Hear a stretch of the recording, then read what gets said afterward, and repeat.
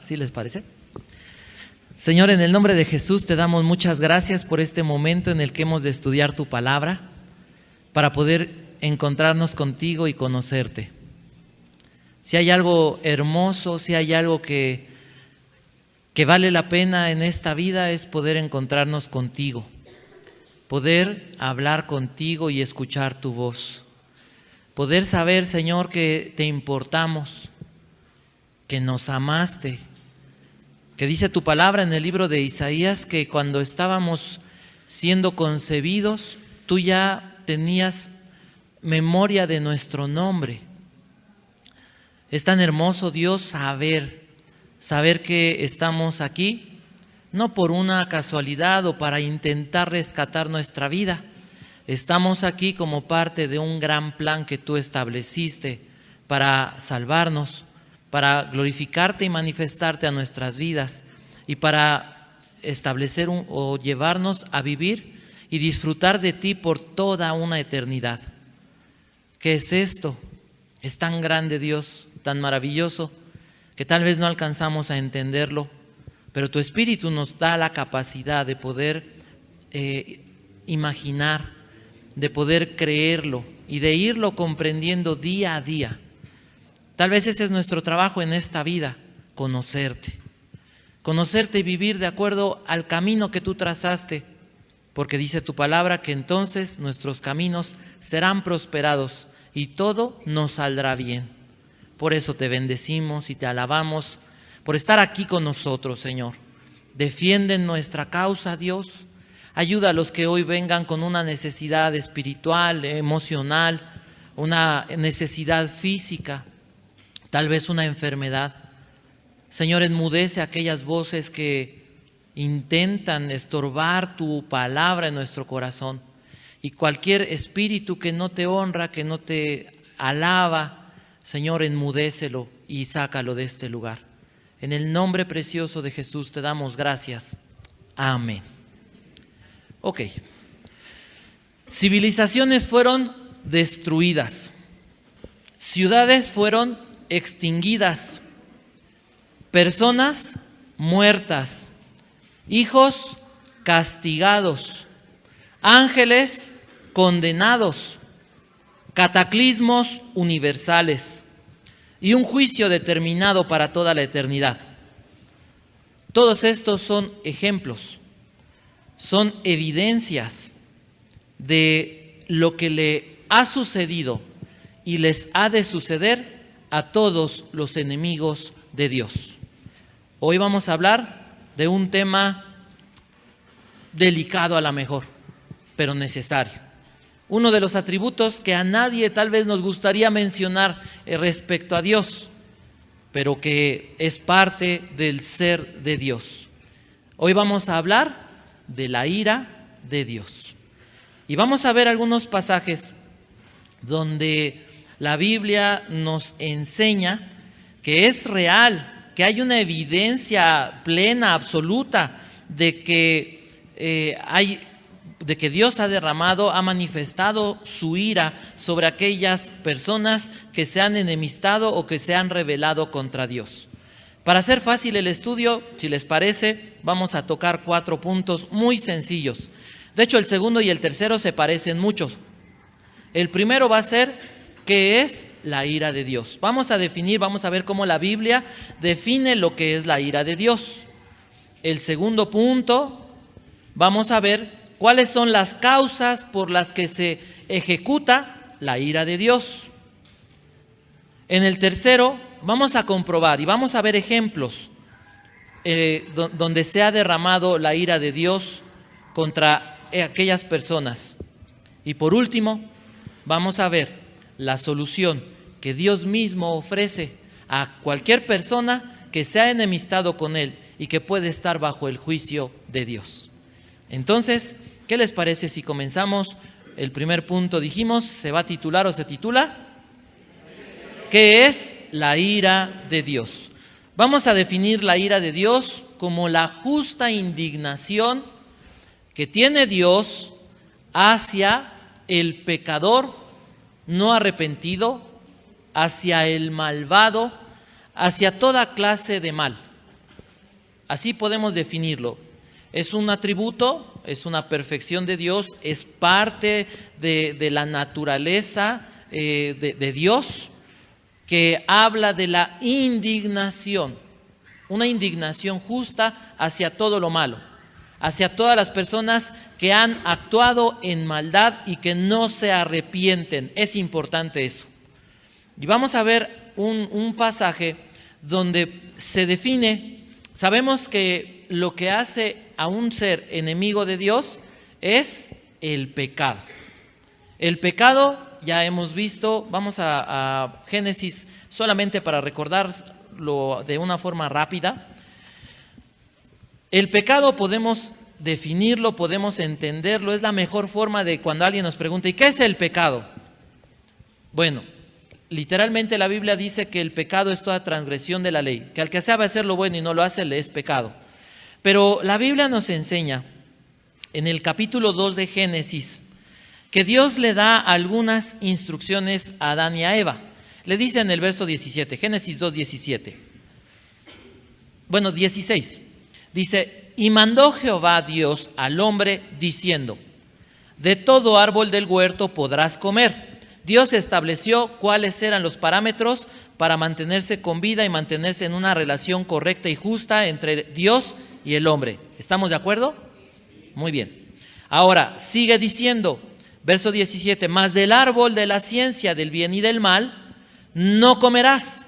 Dios establece un límite para que si alguien cruza ese límite, si alguien cruzaba ese límite, se podía tomar a ese alguien como un desobediente o como un rebelde.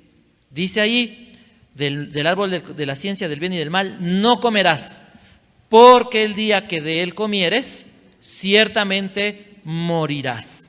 Entonces, el pecado queda definido, que cualquier cosa que sale del orden que Dios establece es pecado. No solamente es eso, podemos entender desde el ejemplo de Adán y Eva y desde el ejemplo de Satanás y los ángeles caídos, que en los dos casos, tanto Satanás y los ángeles como el ser humano, lo que hicieron es decirle a Dios, no queremos continuar con tu orden, con tus instrucciones, con esa comunión que tú has mandado. La esencia del pecado, podemos decir, es la independencia de Dios. Así de sencillo. ¿Cuál es la esencia? Es cuando alguien dice, no quiero estar bajo tu autoridad, bajo tu gobierno, bajo tu orden. Ejemplificado en el caso de Satanás y en el caso del hombre. Vamos entonces a ver algo interesante. Dijimos, Dios, no podemos hablar de Dios como un rompecabezas. El ser de Dios que se manifiesta lo podemos conocer a través de los atributos, que estamos a punto de terminar estos estudios. Implica que tanto Dios es perfecto en amor como perfecto en justicia, y como perfecto en ira, y como perfecto en conocimiento, como perfecto en sabiduría, como perfecto en misericordia, en bondad. En todo es perfecto, y mientras Dios muestra su ira, también puede estar mostrando plenamente su amor. Y eso, aunque pareciera una paradoja, es algo real. ¿Y dónde lo encontramos esto? Si ustedes recuerdan, en Juan 3:16 dice, de tal manera amó Dios al mundo, ¿qué hizo? Que entregó a su Hijo como sacrificio, para derramar sobre su Hijo su ira justa contra el pecado. Si no hubiera sido la obra de Cristo, si Dios no hubiera hecho eso, nosotros no podríamos haber sido perdonados. Entonces, podemos dejar claro en nuestra mente que la ira de Dios es justa, es severa, pero no es cruel. ¿Cómo fue? La ira de Dios es justa, es severa. Vamos a ver ejemplos catastróficos, pero nunca va a ser cruel. Aún en eso, Dios de alguna forma manifiesta y muestra su amor. Vamos a ver qué les parece algunos versos sobre este asunto. Romanos capítulo 1, verso 18. La Biblia el apóstol Pablo escribiendo esta carta a los romanos, si ustedes recuerdan, el tema ¿cuál es? El Evangelio. El Evangelio es el tema de Romanos. Pablo le escribe a una iglesia, a la iglesia de Roma, y le va a hablar ¿de qué? ¿Dijimos? No. ¿Cuál es el tema de Romanos? El Evangelio. El Evangelio es el tema de la carta a los romanos. Y toda la carta a los romanos, Pablo va a exponer lo que abarca, lo que implica el Evangelio. Y vamos a ver, después de hablar de Pablo decir en el verso 16 que el Evangelio es poder de Dios para la salvación, el mismo apóstol Pablo comienza el verso 18 con el siguiente verso. Verso 18, capítulo 1, verso 18. Dice ahí, porque la ira de Dios se revela, se apocalipto, se corre el velo para manifestarla. Dios revela su ira. ¿Desde dónde? Desde el cielo. ¿Contra quiénes? Contra los impíos e injustos. ¿Quiénes son los impíos? Aquellos que no temen, que no aman, que no honran a Dios. ¿Quiénes son los injustos? Aquellos que transgreden las leyes espirituales y morales de Dios. Un pecador cumple con estas dos características, impiedad e injusticia, que da como resultado, o que podemos ver que lleva o que implica que el pecador no se ha arrepentido. ¿Quién está bajo la ira de Dios? ¿Un cristiano? No. Sin embargo, vamos a ver cómo Dios sí puede y sí castiga a sus hijos. Entonces dice ahí, justicia de los hombres que detienen con injusticia la verdad. El verso 17, el verso anterior de este texto, dice que la justicia en el Evangelio se revela la justicia de Dios, igualmente, ¿no? Pero la justicia de Dios no solamente se revela, se exhibe a través del Evangelio, a través de la obra del sacrificio de Jesús. Dice algo bien interesante, dice, se revela por fe y para fe. Para poder entender esto, que es muy difícil, imaginen ustedes una cubeta. Esa cubeta es una analogía. Esa cubeta es la fe, ¿sí? Esa cubeta, que es la fe, es el recipiente, el único recipiente sobre el cual se puede derramar y se puede almacenar la justicia de Dios, ¿sí? Si yo no tengo fe, entonces esa justicia no puede ser almacenada, no puede ser recibida. Y dice ahí que esa fe debe de ir de fe en fe. Esa es la vida de un cristiano. La vida de un cristiano es una vida de fe. En el verso 18 dice que ahora, parecido a ese ejemplo, la ira de Dios se va a derramar sobre una cubeta, sobre un recipiente que se llama, de acuerdo a esto, impiedad e injusticia o pecador. ¿Sí o no? ¿Cómo fue? La ira de Dios se derrama sobre un pecador que tiene la característica de impiedad. ¿Tienen 10? ¿Tienen 8? Vamos a otro verso que nos habla sobre esto. Efesios capítulo 5, verso 6. Efesios capítulo 5, verso 6. Dice ahí, nadie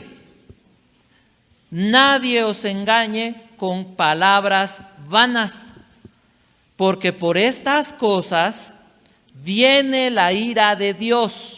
¿Sobre cuáles cosas? Serían lo que dice el capítulo 5, verso 3.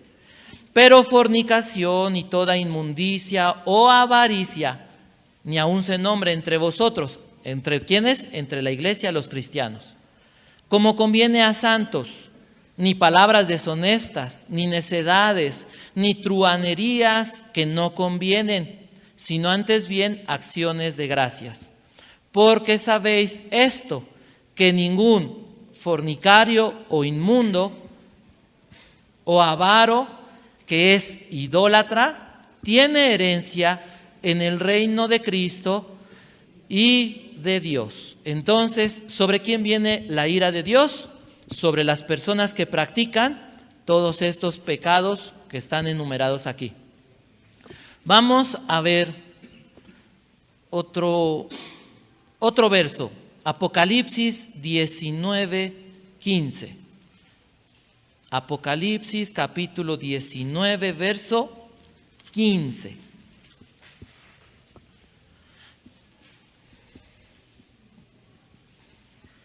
Dice ahí: de su boca sale una espada aguda para herir con ella a las naciones.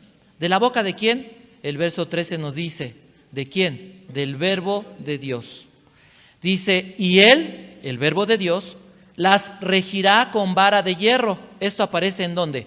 En el Salmo capítulo 2, en el verso 7 en adelante. Y él pisa el lagar del vino del furor y de la ira del Dios Todopoderoso. Entonces, fíjense en algo que dice ahí. El Dios Todopoderoso va a mostrar su ira. El Dios Todopoderoso. Cuando hablamos de todo el poder de Dios, ¿se acuerdan qué dijimos? Que su poder es ¿qué? Inagotable, ¿no? Inagotable. Bueno, si su ira se manifiesta de esa manera poderosa, sobrenatural, inagotable, ¿cómo imaginan que va a suceder y que va a pasar en este mundo el día que se derrame la ira de Dios? ¿Cómo imaginan el mundo? ¿Cómo imaginan la vida de los pecadores sobre los que se va a derramar la ira de Dios? Es importante imaginar. Es importante no solamente decir, híjole, va a ser, yo creo que feo, ¿no? No. Se trata de que usemos lo que Dios nos ha dado. No solamente intentar memorizar algo, sino razonarlo, meditarlo, imaginarlo. ¿Qué va a pasar cuando venga la ira de Dios sobre este mundo? Vamos a ver entonces causas por las que se ejecutó ya en el pasado la ira de Dios. Y vamos a comenzar, dijimos que los enemigos de Dios, incluyendo hombres y ángeles, han recibido, ¿no?, la ira de Dios. Vamos a ver Ezequiel 28. Ezequiel está un poquito antes de Apocalipsis y un poquito después de Génesis. No es cierto, antes de Daniel. Ezequiel capítulo 28, verso del 11 al 19. Es un pasaje que seguramente muchos hasta subrayados tienen en su Biblia. Vamos a ver qué dice. ¿Ya lo tenemos? ¿Aparece? Si no, en la pantalla. Porque oigo que van de un lado al otro así como que digo, ¿están jugando? O a lo mejor no aparece en su Biblia. La compraron de oferta y...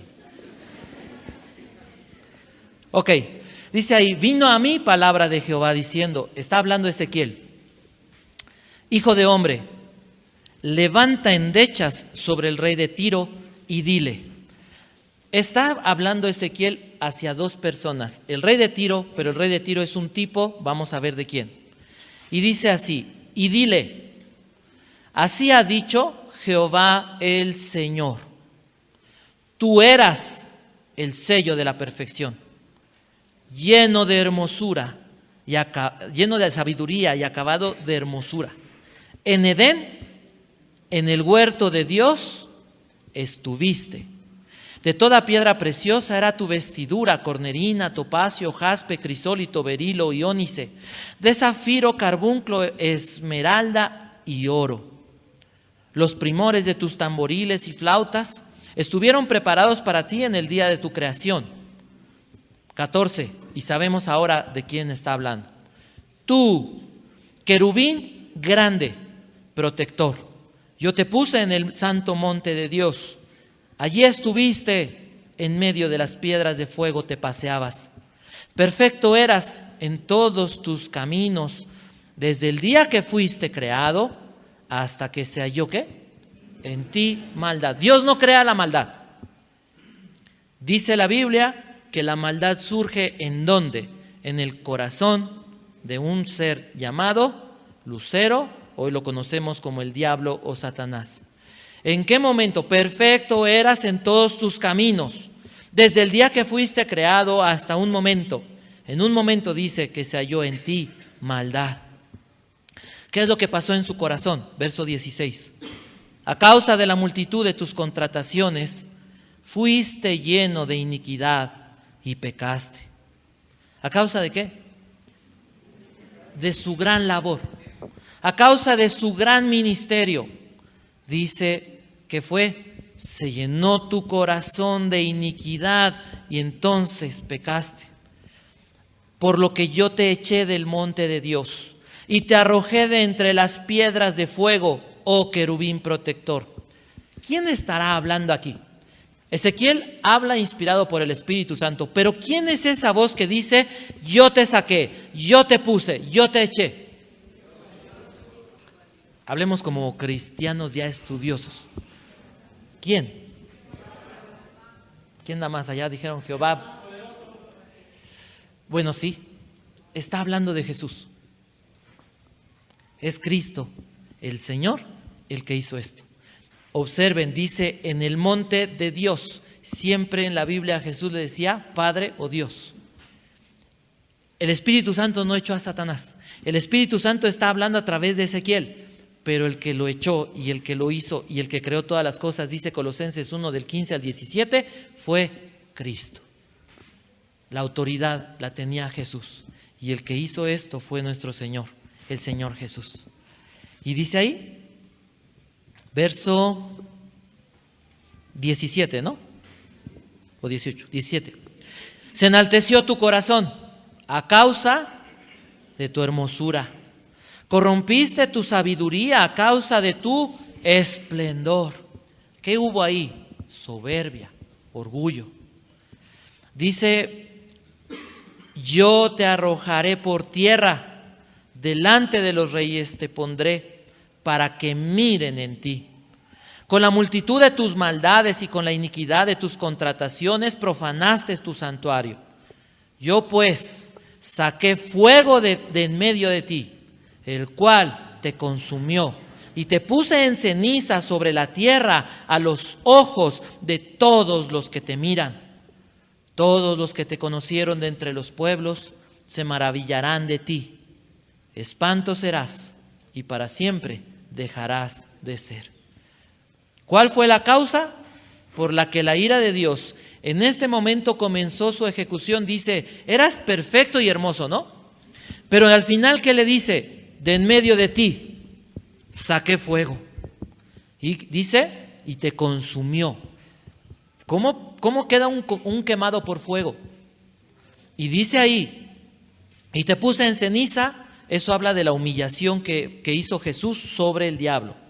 Y después dice, espanto serás. ¿Dónde quedó esa belleza? ¿Dónde quedó esa hermosura? Fue consumida por el principio del juicio de Dios sobre ese ser creado. Isaías 14, no nos va a dar tiempo de leerlo, apúntenlo solamente. Habla de lo mismo, habla lo que Satanás dijo en su corazón cuando dice hasta que se halló en ti maldad. Hagan de cuenta que el verso 15 de aquí se abriera un paréntesis que se revela en Isaías 14. Bueno, vamos a leerlo. ¿Para qué lo dejamos? Isaías 14, verso 12 al 21. Vean lo que dice. ¿Cómo caíste del cielo, oh lucero, hijo de la mañana. Cortado fuiste por tierra, tú que debilitabas a las naciones, tú que decías en tu corazón, fíjense, subiré al cielo en lo alto, junto a las estrellas de Dios. Levantaré mi trono y en el monte del testimonio me sentaré a los lados del norte. Sobre las alturas de las nubes subiré. Y dice, y seré semejante al Altísimo. Vean la locura del pecado. Y dice el verso 15, mas tú derribado eres hasta el Seol, a los lados del abismo. Se inclinarán hacia ti los que te vean, te contemplarán diciendo, ¿es este aquel varón que hacía temblar la tierra, que trastornaba los reinos, que puso al mundo como un desierto, que asoló sus ciudades, que a sus presos nunca abrió la cárcel? Todos los reyes de las naciones, todos ellos yacen con honra, cada uno en su morada. Pero tú, echado eres de tu sepulcro como vástago abominable, como vestido de muertos pasados a espada, que descienden al fondo de la sepultura como cuerpo muerto hollado. ¿Qué fue lo que pasó? Fue juzgado por Dios por causa de tanta locura y soberbia. Vamos a ver el ejemplo de algunas personas. Ya vimos Romanos 1:18, los enemigos de Dios. Vamos a Génesis ahora como otro ejemplo de por qué, la causa por la que la ira de Dios se revela. Vamos a Génesis capítulo 6.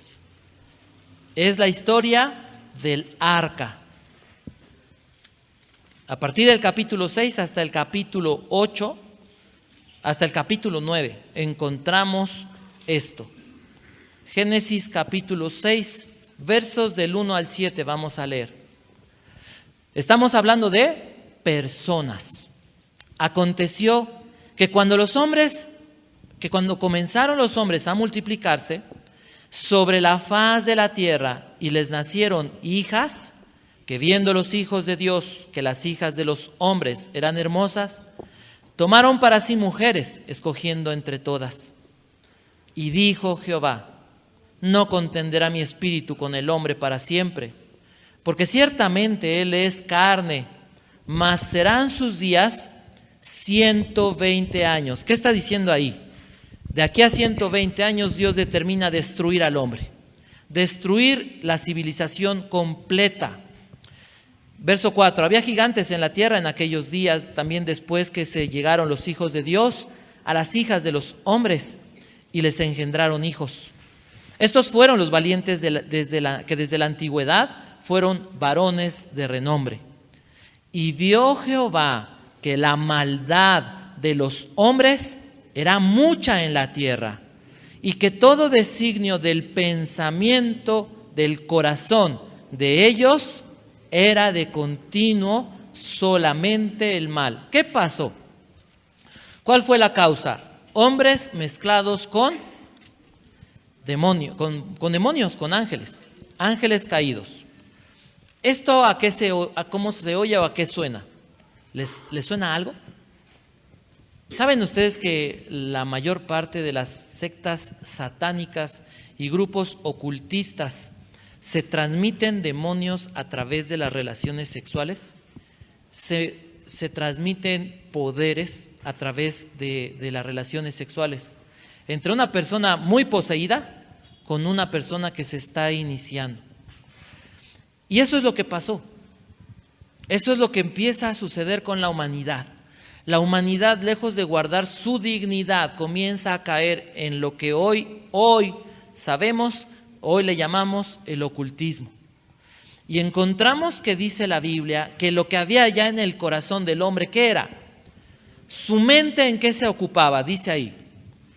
Dice verso 5, que todo designio de los pensamientos del corazón de ellos era continuo solamente el mal.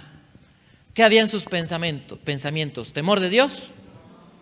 había maldad. Dios no importaba. Vamos a ver un ejemplo les voy a mencionar solamente, acuérdense ustedes, el momento en el que Dios destruyó Sodoma y Gomorra. ¿Por qué los destruyó? Dos causas principales. La primera, Abraham le dijo a Dios: oye, si hubiera 50, 10 justos, ¿perdonas a Sodoma y a Gomorra? Y dijo Dios: si hay 10 justos, yo perdono Sodoma y Gomorra. ¿Pero cuál fue el resultado?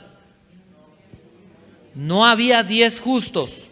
Entonces, la maldad puede aumentar, pero si hay presencia de justicia, si hay presencia de personas que aman y que temen a Dios, Dios preserva por misericordia a esos 10, a esos justos, preserva un lugar.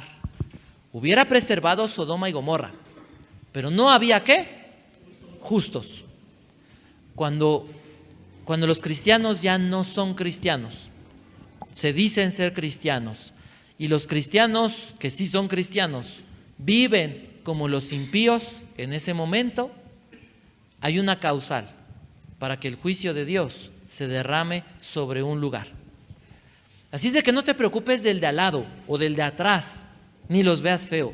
Oye, ¿este será verdadero cristiano? No. O bueno, a lo mejor sí es cristiano, pero vive como los del mundo. No te preocupes por el de al lado. ¿Por qué tienes que preocuparte? Porque seas dentro de los 10 justos que no hubieron en Sodoma y Gomorra. Porque nuestra vida, el tiempo en el que vivimos, es igual a ese momento. Y los que muchas veces se dicen cristianos como Lot, viven en inmoralidad, viven pervertidos, viven buscando y deseando hombres que no son su esposo, mujeres que no son su esposa. Y personas viven en fornicación, no en el mundo, en la iglesia. Y usan la Biblia porque dicen: no importa, para eso murió Cristo. Porque dice que si yo confieso mi pecado, Él me lo perdona. Y sabes, estás pisando la sangre de Cristo. Ay de aquel que tenga por común, por algo normal, la sangre de Cristo. ¿Piensas tú, será un juicio de Dios el temblor? Yo creo que no hay mucho que pensar. No nos metamos en si es o no es y por qué que decimos que es. Pensemos en cómo está nuestro país.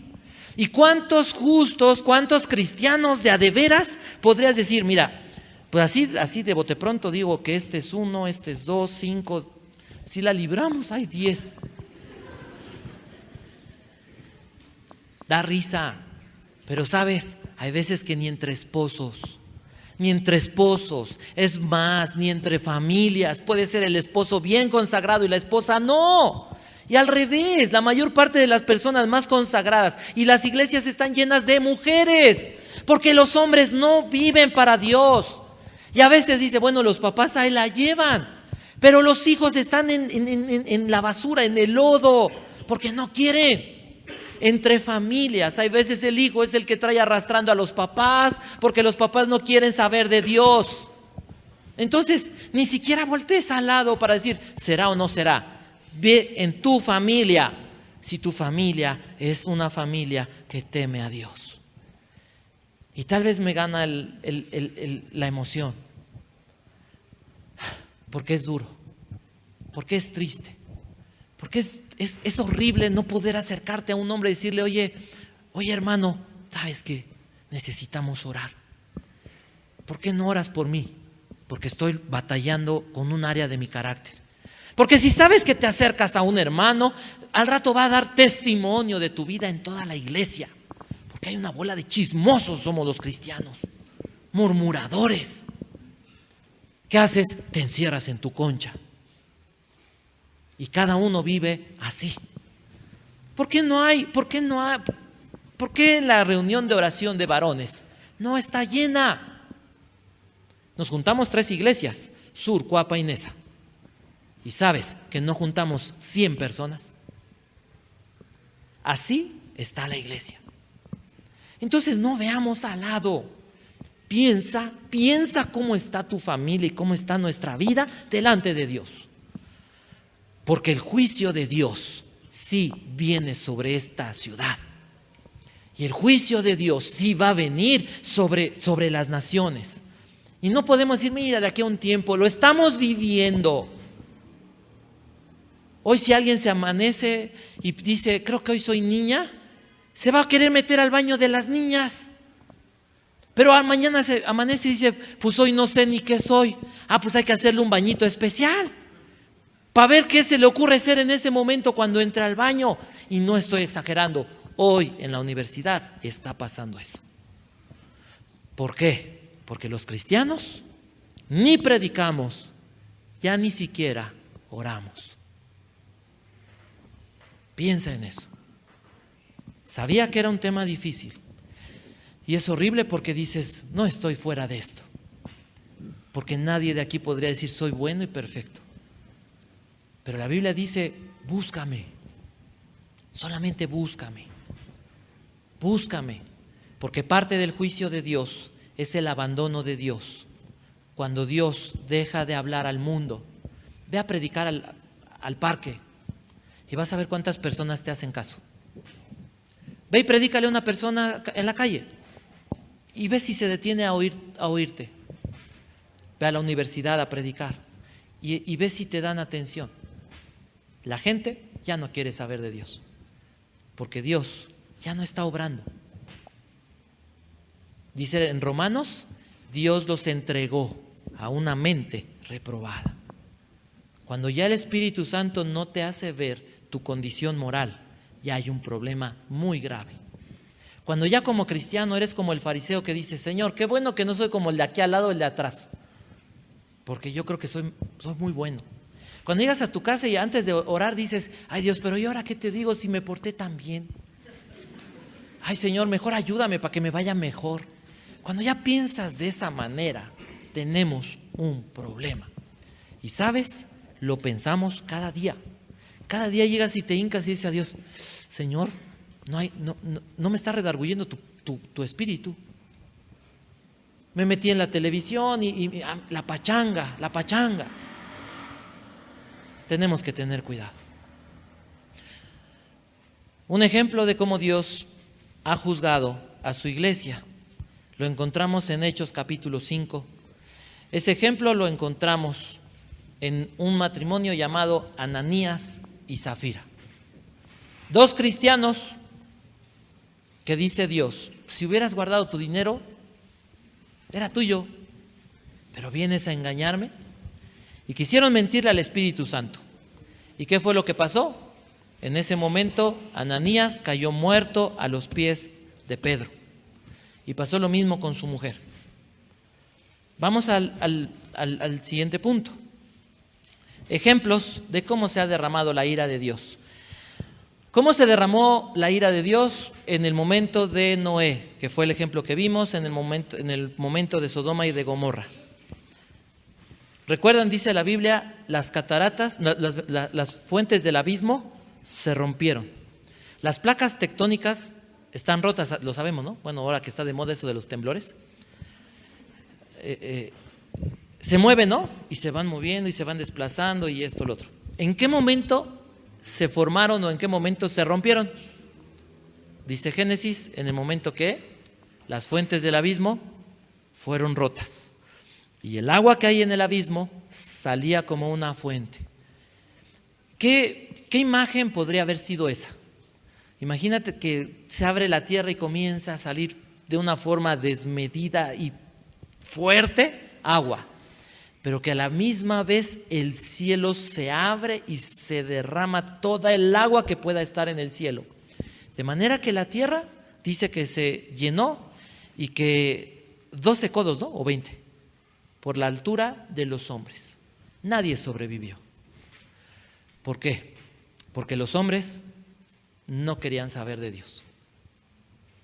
En el momento que ya no hay vuelta atrás, la palabra ira que aparece en Romanos 1:18 es una palabra griega, orge, que habla de una medida.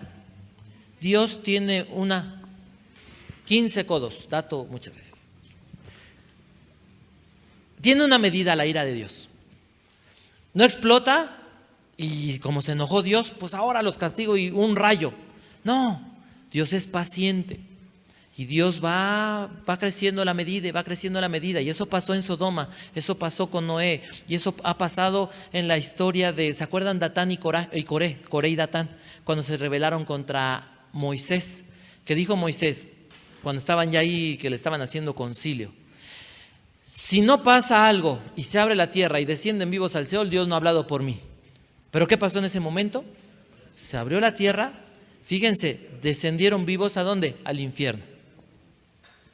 Se colmó la ira de Dios y Dios juzgó a esas personas. Y esas personas eran del pueblo de Israel. Ananías y Zafira eran parte de la iglesia. Dice 1 Corintios capítulo 11.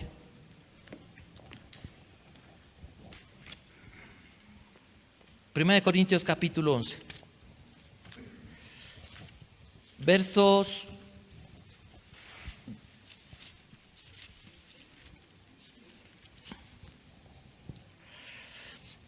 dice, vamos a leer desde el verso 27. 1 Corintios 11 del 27 en adelante. De manera que cualquiera que comiere este pan o bebiere esta copa del Señor indignamente, será culpado del cuerpo y de la sangre del Señor.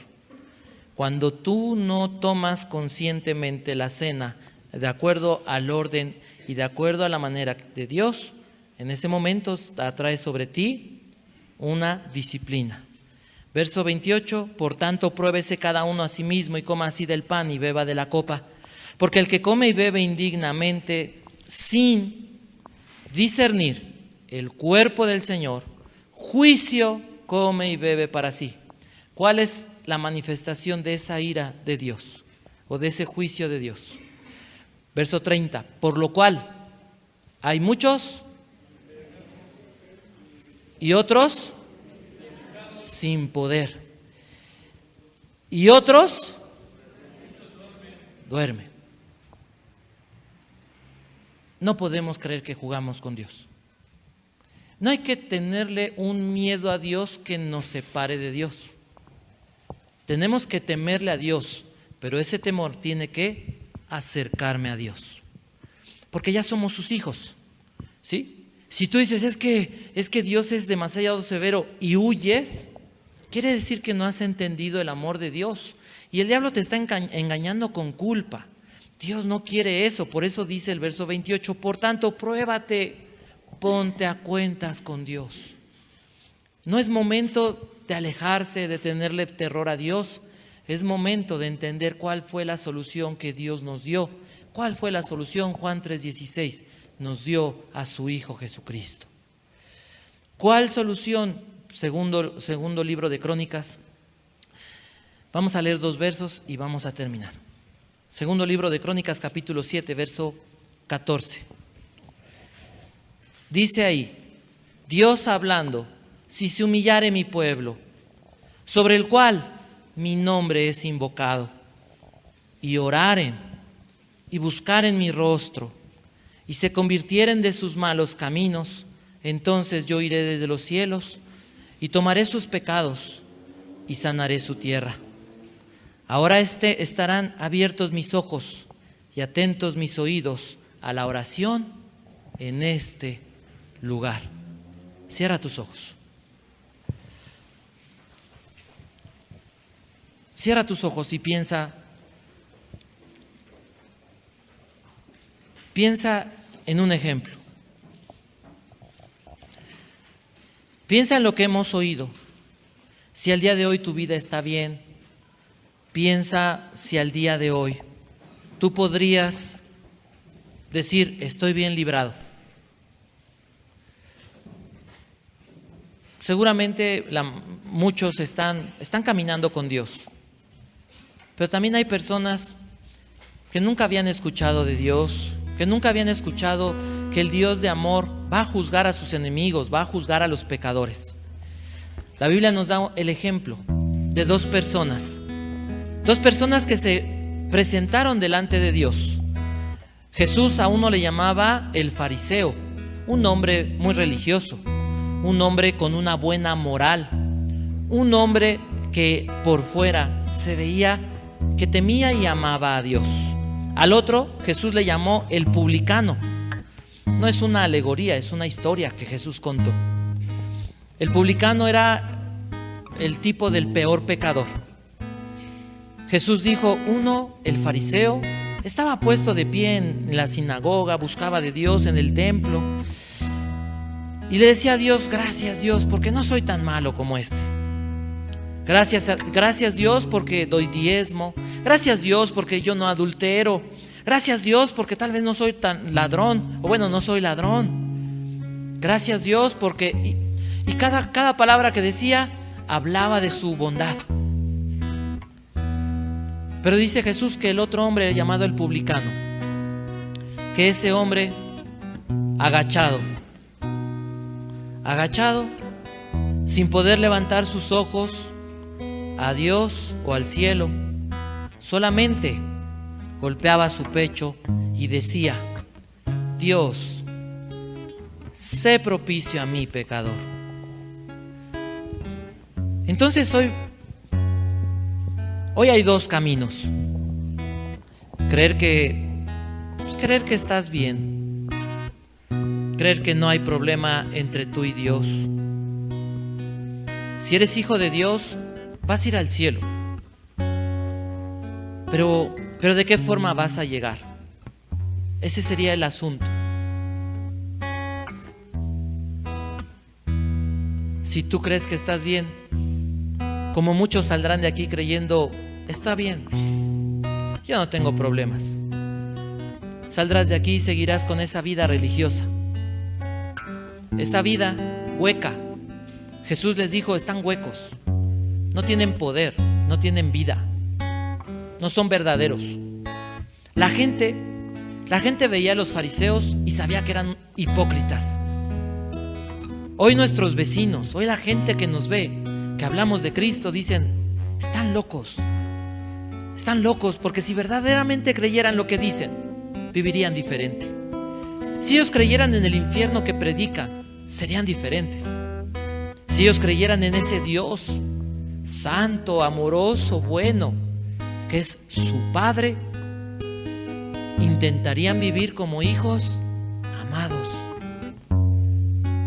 Y la gente, decía Pablo a la iglesia, a los judíos, el nombre de Dios es blasfemado entre los gentiles por causa de vosotros.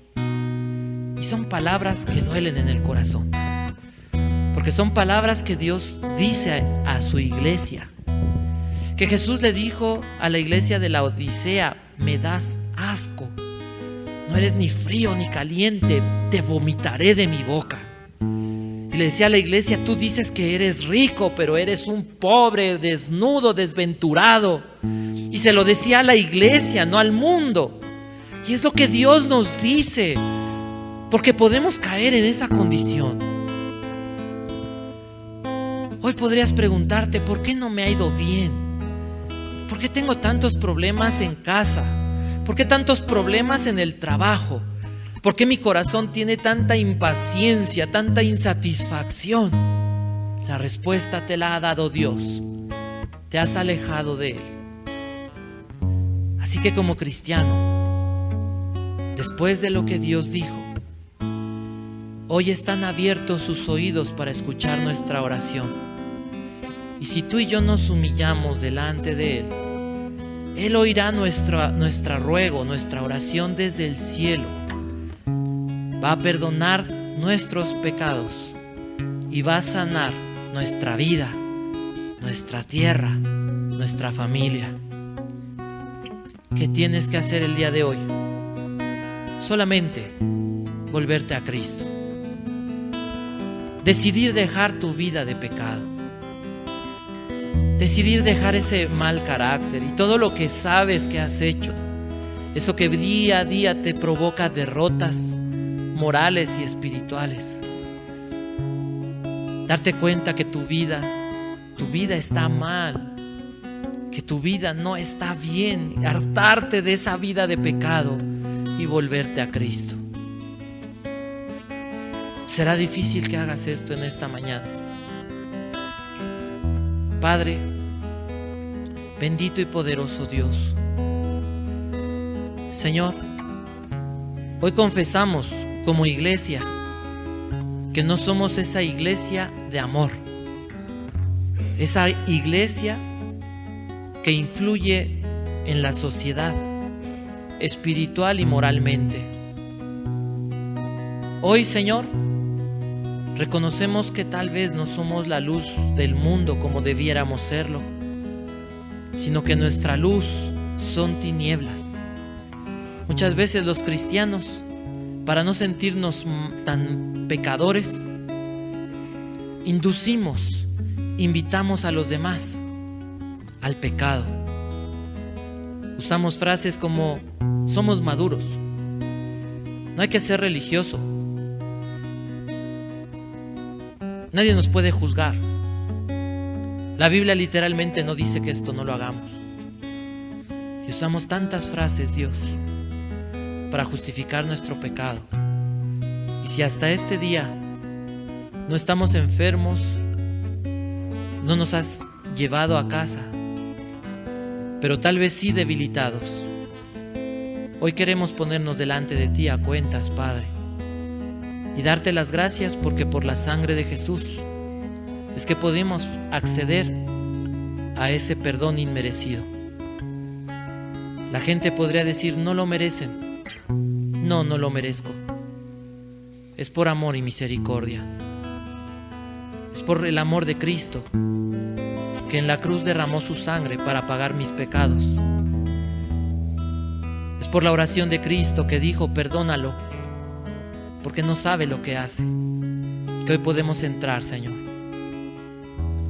Hoy cada uno de nosotros reconoce que ha vivido lejos, independiente de ti, en una o varias áreas de nuestras vidas. Hoy reconocemos que no te hemos tomado en cuenta como debiéramos hacerlo. Hoy reconocemos que en medio de la iglesia, lejos de haber amor, hay pleitos y contiendas. Hay quien se cree juez para juzgar a los demás. Hay chismosos, hay murmuradores. Dentro de la iglesia hay borrachos. Dentro de la iglesia hay homosexuales. Dentro de la iglesia, Señor, hay adictos. Dentro de la iglesia hay traidores, hay adúlteros y fornicarios. Dentro de la iglesia hay gente que está viendo pornografía, Dios. Y sabes, tal vez los demás no lo sepan, pero tú conoces el corazón de todos. Hoy, Señor, te pedimos perdón, porque ¿quién no te ha fallado? Decía David: perdona, oh Dios, mis pecados, porque contra ti, solo contra ti hemos pecado. Hoy recibimos con nuestro corazón, con nuestra fe, ese perdón que es posible gracias al sacrificio de Jesús. Y decía David: pero devuélvenos el gozo de la salvación, y espíritu noble nos sustente. No solamente, Dios, te pedimos hoy perdón por nuestros pecados, sino te pedimos que avives en el corazón de nosotros ese primer amor por tu Hijo Jesucristo. Estamos hartos del pecado, Dios, pero sobre todo estamos hartos de sentirnos tan fríos, tan vanos, tan vacíos. Estamos hartos, Dios, de sentirnos tan lejos de ti, Señor, y darnos cuenta que nuestra vida está mal y no funciona. Que lejos de ser más que vencedores, el mundo nos ha encajonado y nos ha llevado a un lugar oscuro. Que en lugar de ser ejemplos a seguir, ejemplos de justicia, ejemplos de santidad, ejemplos del poder de Dios que respalda nuestras vidas, vivimos en derrota vez tras vez, vergonzosamente ante el pecado. Que en lugar de que la gracia y la justicia reinen en nuestros corazones y en nuestro cuerpo mortal, pareciera que somos como los del mundo, Señor. Y en vez de parecernos a Abraham, el padre de la fe, nos parecemos a Lot. Y nuestras familias han sufrido el estrago de nuestra hipocresía y de nuestra vaciedad. Pero hoy sabemos, Señor, que nos has perdonado. Decidimos y renunciamos a nuestros pecados. Renunciamos, Dios, a todo lo que te ha ofendido. Renunciamos, Señor, a esas influencias, a la mala música, a las malas compañías, a todo, Dios, lo que nos ha alejado de ti. Y te pedimos, Señor, avívanos. Avívanos, derrama tu espíritu, Señor. Señor, llena nuestro corazón con tu espíritu, con tu gracia. Que ese primer amor apasionado por Cristo sea real, sea verdadero, sea lo que nos mueva, lo que nos llene, lo que nos guíe. Que podamos, Dios, salir sabiéndonos perdonados, sabiéndonos hijos amados, sabiéndonos, Dios, que comenzamos nuevamente, tal vez de cero, pero que comenzaremos a crecer en nuestra vida, porque no depende de nuestras fuerzas, sino depende de ti, porque has oído nuestra oración. Señor, avívanos, Dios, avívanos, que podamos ser esa influencia en este mundo, que podamos ver, Dios, cómo nos respaldas, que podamos orar por los enfermos y sanen, que podamos hablar y predicar de tu Hijo Jesucristo y las personas se conviertan, que podamos hablarle a nuestros hijos y puedan ser redarguidos, consolados, animados a buscarte, que podamos, Señor, hablar con la gente y la gente pueda saber que no somos charlatanes, hipócritas, vanos, sino que somos verdaderamente hijos e instrumentos del Dios Altísimo, del Dios Todopoderoso. Así es que si estás ahí arrepentido, si tú le has pedido perdón en esta mañana a Dios, esto es entre tú y Dios. Olvídate del de al lado, olvídate del de atrás, el de adelante. Ahí en tu lugar, alabemos a Dios por unos momentos. Alaba a Dios con tu corazón, sabiéndote perdonado, sabiéndote que Dios se ha vuelto a ti con su favor completo, con su misericordia, con su amor para respaldarte cada día. Levanta tus manos. No tengo nada para ofrecer, nada que te pueda sorprender, solo un corazón quebrantado una y otra vez.